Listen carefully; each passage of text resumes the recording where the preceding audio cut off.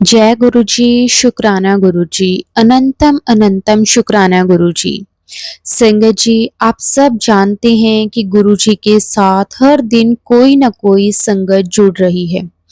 बहुत सी संगत है जिनके मन में गुरु जी को लेकर बहुत से सवाल हैं कि गुरु जी कौन है। तो संगत जी, आज हम गुरु जी के बारे में पूरी डिटेल में बात करेंगे, उनके बचपन से लेकर उनकी महासमाधि का जो भी सफर रहा है। संगत जी, आज हम उसके बारे में बात करेंगे। संगत जी, इस संसार में वैसे तो बहुत से आध्यात्मिक गुरु हैं जो कि लोगों को अध्यात्म से जोड़ने का कार्य करते हैं। हर आध्यात्मिक गुरु की अपनी अपनी खूबी है और सभी अपनी अपनी तरफ से भक्ति का मार्ग दिखाते हैं। कुछ इसे सीख कर करते हैं तो कुछ में ये गुण जन्म से ही होते हैं। हमारे गुरुजी भी उनमें से थे जिनमें ये गुण जन्म से ही थे। गुरुजी जिन्हें छतरपुर वाले गुरुजी भी कहा जाता है, जिन्हें प्रति लोगों की अपार भक्ति व श्रद्धा कहा जाता है। ईश्वर ने हर युग में कोई न कोई अवतार लिया है जिन्होंने सबको पार भी लगाया है और इस कलयुग में शिव जी ही हमें पार लगा सकते हैं। इस कलयुग में खुद शिव को मानव रूप में आना पड़ा। शिव की महिमा का गुणगान शिव की इच्छा के बिना कोई भी नहीं कर सकता। हमारे गुरुजी ने शिव के रूप में इस धरती पर जन्म लिया। संगत जी, ये बात है सन 1954 की। पंजाब के एक साधारण परिवार में एक ऐसे दिव्य बच्चे ने जन्म लिया जिसकी कल्पना ना तो उनके परिवार वालों ने और ना ही संसार ने की थी।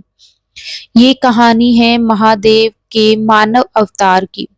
यह कहानी है एक ऐसे गुरु की जिसने ना जाने कितने ही भक्तों को उनके जीवन में सही राह दिखाई है। संगत जी, ये कहानी है निर्मल सिंह महाराज की, हम सब के प्यारे गुरु जी की। संगत जी, गुरु जी का जन्म 7 जुलाई 1954 के सूर्योदय ने पंजाब के मलेरकोटला जिले के डुगरी गांव में जन्म की घोषणा की।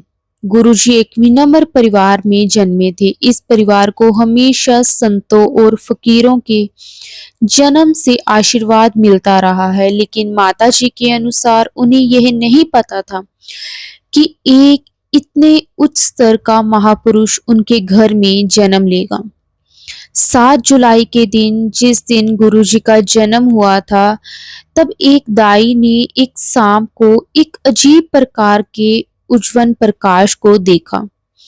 जब पंडित जी ने जन्म कुंडली तैयार की तो माता जी को स्पष्ट रूप से बताया कि यह बच्चा सिर्फ उनका नहीं है बल्कि पूरी दुनिया का है।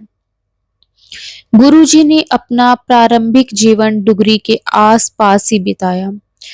गुरुजी ने डुगरी में प्राइमरी स्कूल और गवर्नमेंट हाई स्कूल से शिक्षा प्राप्त की। उन्होंने गवर्नमेंट कॉलेज मलेरकोटला से स्नातक किया। गुरुजी ने अंग्रेजी और अर्थशास्त्र में 2 बार एमए किया। वह धारा प्रवाह अंग्रेजी बोलते थे और उनकी लिखावट बहुत ही सुंदर थी। लोग कहते हैं कि उनमें बचपन से ही आध्यात्मिकता की एक चिंगारी थी। उस चिंगारी को पूर्ण रूप से दीप बनने में ज्यादा वक्त नहीं लगा, जिसे धीरे धीरे जिस तरह गुरुजी बड़े हो रहे थे, ठीक उसी तरह माताजी की श्रद्धा अपने बच्चों में बढ़ रही थी और इसी प्रकार माताजी ने उन्हें गुरुजी के नाम से संबोधित किया। एक ऐसा नाम जो दूर दूर तक भक्तों के दिल में गूंजता था। गुरुजी ने 1975 में अपने घर और गांव को छोड़ दिया। 1983 में गुरुजी के बाद उन्होंने पंजाब स्कूल एजुकेशन बोर्ड में काम किया, क्लर्क एसोसिएट के पद पर, और फिर उन्होंने अपनी आध्यात्मिकता की यात्रा शुरू की। गुरुजी के आशीर्वाद की गंगा सैकड़ों हजारों लोगों का दुख दर्द कम करने के लिए काफी थी।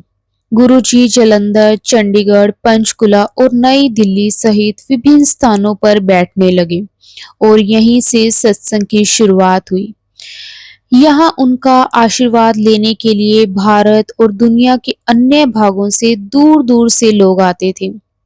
गुरुजी के सत्संग में चाय और लंगर प्रसाद दिया जाता था, जिसमें गुरुजी का विशेष दिव्य आशीर्वाद और दिव्य शक्ति होती थी।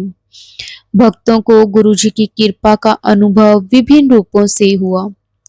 असाध्य रोग दूर हुए और तमाम सारी समस्याएं आर्थिक, मानसिक, शारीरिक, कानूनी आदि हल हुए। कुछ भक्तों को तो देवताओं के दिव्य दर्शन भी हुए।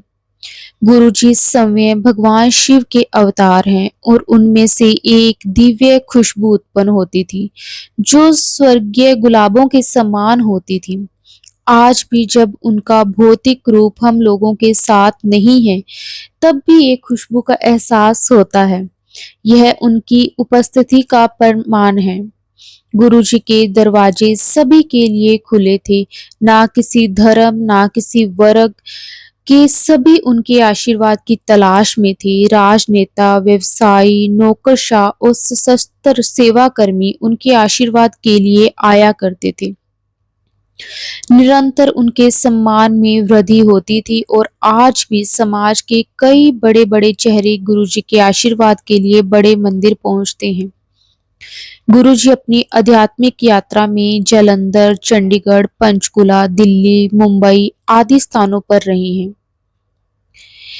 अत्यंत डिफेंस कॉलोनी जालंधर में स्थित एक घर में बस गए, जिसे अब उनके मंदिर के रूप में जाना जाता है। वह 2002 तक दिल्ली और जालंधर के बीच यात्रा करते रहे। जब उन्होंने दिल्ली के एमजी रोड स्थित एम्पायर स्टेट हाउस में बसने का निर्णय लिया, जिसे छोटा मंदिर के नाम से भी जाना जाता है। 90s के दशक के दौरान उन्होंने भाटी माइंस क्षेत्र छतरपुर में शिव मंदिर का निर्माण किया, जिसे उनके भक्त बड़े मंदिर के रूप में जानते हैं। अब वहां उनकी समाधि स्थित है। अब हम सब इस दिव्य यात्रा के अंतिम पड़ाव तक जा चुके हैं। एक ऐसा अंत जिसकी शायद ही किसी ने कल्पना करी थी, परंतु गुरुजी हमेशा कहा करते थे कि मानव जीवन की दो पहलू होते हैं, जन्म और मृत्यु। अगर किसी ने मानव जीवन लिया है तो उसकी मृत्यु निश्चित है, भले ही वह इंसान हो या स्वयं भगवान। 27 मई 2007 इस दिन गुरुजी ने अपना अंतिम सत्संग रखा था। इसके कुछ दिन पहले से ही वे काफी कम सत्संग कर रहे थे और हमेशा अपनी संगत को यह बोल रहे थे कि मैं बृहस्पति दी पूर्णमासी नू चला जाऊंगा। सब लोग इस बात को इग्नोर कर रहे थे और मजाक समझकर टाल रहे थे, परंतु उन सबको क्या पता था कि गुरुजी सत्य कह रहे थे। अगले 2 दिन यानी कि 28 और 29 मई को कोई सत्संग नहीं हुआ। 30 मई को गुरुजी की बिल्कुल खास संगत जो एक फोन कॉल से बड़े मंदिर बुलाया गया और वह 31 मई 2007 को बड़े मंदिर पहुंचे। तब उन लोगों ने एहसास किया, जो देखा वह शायद ही कभी भूल पाए। लोग सफेद कपड़ों में फूट फूट कर रो रहे थे और हमारे प्यारे गुरुजी आंखें बंद करके मुस्कुराए हुए एक कांच के बक्से में समाधि ले चुके थे। संगत जी अगले दिन 1 जून 2007 को गुरुजी के पिता बापूजी डुगरी से बड़े मंदिर पहुंचे और उन्होंने अग्निदह की क्रिया शुरू की। क्रिया करते समय पूरे बड़े मंदिर में गुलाब की खुशबू फैल गई और गुरुजी ने बड़े मंदिर को पूरी तरीके से ब्लेस कर दिया। गुरुजी ने अपना कोई उत्तराधिकारी नहीं चुना, क्योंकि वे हम सब के बीच में से कभी गए ही नहीं। भले ही उन्होंने अपना मानव शरीर जरूर त्याग दिया है, परंतु आज भी वह हम सबके साथ हैं। अंत में वे बस इतना ही कहना चाहते हैं कि आप सभी संगत से कि मेरा आशीर्वाद हमेशा मेरे बच्चों के साथ रहेगा। कल्याण हमेशा गुरुजी करते रहेंगे। संगत जी 31 मई यानी कि कल महासमाधि का दिन है। गुरुजी की महासमाधि का प्रोग्राम हर साल डुगरी मंदिर में पहले किया जाता था, लेकिन पिछले साल 2023 से संगत जी ये प्रोग्राम बड़े मंदिर में किया जाने लगा, क्योंकि संगत जी अब गुरुजी के साथ बहुत लाखों में संगत रोज कनेक्ट हो रही है, जुड़ रही है। गुरुजी की ब्लेसिंग संगत को मिल रही है। संगत जी इसलिए इसका पूरा अरेंजमेंट अब बड़े मंदिर में किया जाने लगा है। जो भी संगत दर्शन के लिए जाना चाहती है वो बहुत ही खुशी के साथ जा सकती है। लेकिन जो संगत नहीं जा सकती, संगत जी वो अपने घर में रहकर भी उस दिन गुरुजी का सत्संग कर सकती है। संगत जी अमृत वेला कर सकती है, पूरा दिन घर में मूल मंत्र जाप घर पर चलाकर आप रख सकते हैं।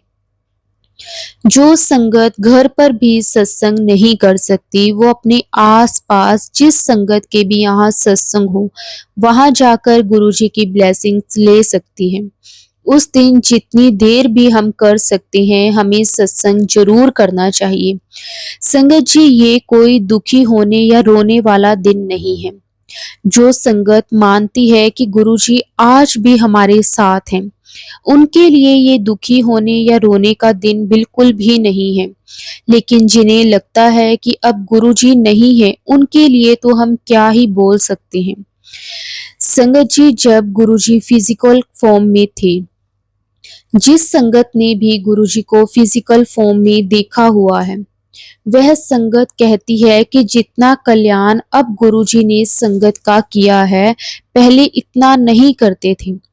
इसलिए जब भी आप सत्संग करें, तो संगत जी आप मर्यादा में रहकर करें। अगर उस दिन जो भी संगत बड़े मंदिर नहीं पहुंच सकती, वो अपने घर में सत्संग जरूर करें और गुरुजी की ब्लेसिंग्स जरूर लें, क्योंकि संगत जी गुरुजी हर पल हमारा कल्याण करते हैं, हमारा ध्यान रखते हैं।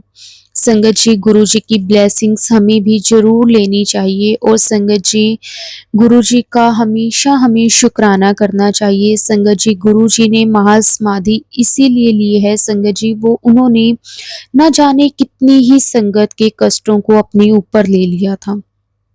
संगत जी गुरुजी किस किस तरह से आज भी संगत को अपने होने का एहसास करवा रहे हैं। संगत जी जैसे कि हम सत्संग में सुनते हैं कि गुरुजी बटरफ्लाई के रूप में दर्शन देते हैं। बहुत सारी संगत के सत्संग में पता चलता है कि जब बटरफ्लाई मरी हुई मिलती है, तो संगत जी गुरुजी किस तरह से हमारे जो कष्ट हैं वो अपने ऊपर ले लेते हैं।